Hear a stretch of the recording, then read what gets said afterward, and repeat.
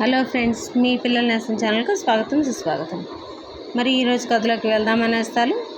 ఒక ఆమె భర్తను కోల్పోయి 2 సంవత్సరాలు కావస్తుంట. ఆవిడికి 2 చిన్నపిల్లలు, సంపాదన లేదు, పిల్లల్ని పోషించే దారి లేదు. ఆ రోజు స్వామివారి దైనందిక పూజలు పూగించి భక్తులకు దర్శనం ఇస్తున్నారట. ఆమె కూడా పరమాచార్య వారి దర్శనానికి వచ్చి తన పరిస్థితిని చెప్పి, స్వామి, నా భర్తకు గవర్నమెంట్ నుంచి రావాల్సిన బకాయిలు కూడా రాలేదు. చాలాసార్లు అధికారులను కలిసి నా కుటుంబ పరిస్థితిని వివరించాను. మేము పంపవలసిన కాగితాలన్నీ కూడా పంపాము. త్వరలో రావచ్చు అంటున్నారు. తమరు నన్ను, నా బిడ్డలను దీవించి ఈ కష్టాల నుంచి కాపాడండి అని వేడుకున్నదిట. స్వామివారు కొద్ది క్షణాలు మౌనం వహించి శిష్యుని వైపు చూసి, ఈమెకు పిల్లలకు భోజనం ఏర్పాటు చేసి వారి ఊరు చేరడానికి 25 రూపాయలు ఇవ్వండి అంటూ చెయ్యెత్తి ఆశీర్వదించి ఇంటికి వెళ్ళండి అన్నారట. ఆమె స్వామివారిపై భారం వేసి మధ్యాహ్నానికి ఇంటికి చేరుకుందిట. ఆమె వచ్చేసరికి పోస్ట్ మ్యాన్ ఆమె కోసం ఎదురు చూస్తున్నట్ట. ఆమెతో సంతకం చేయించుకొని ఒక రిజిస్టర్ లెటర్ ఇచ్చాట.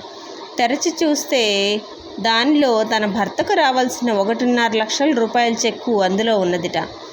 ఆమె మనసులోనే స్వామివారికి కృతజ్ఞతలు చెప్పుకొని వారి కృపతో ఎప్పుడూ ఏ లోటు రాకుండా జీవించాలని కోరుకున్నదిట. కొన్ని రోజుల తర్వాత ఆమె మరలా మహాస్వామివారి దర్శనానికి వచ్చి, స్వామి, మీరు దయతో ఇచ్చిన డబ్బు మీరు స్వీకరించండి అని తిరిగి 25 రూపాయలు ఇవ్వబోయిందిట. స్వామివారు నవ్వుతూ, నీకు ఇచ్చింది డబ్బు కాదు, అది ఈశ్వరుని ఆశీస్సులుగా భావించాలి, నీ దగ్గరే ఉంచుకో అని ఆశీర్వదించి పంపించారట.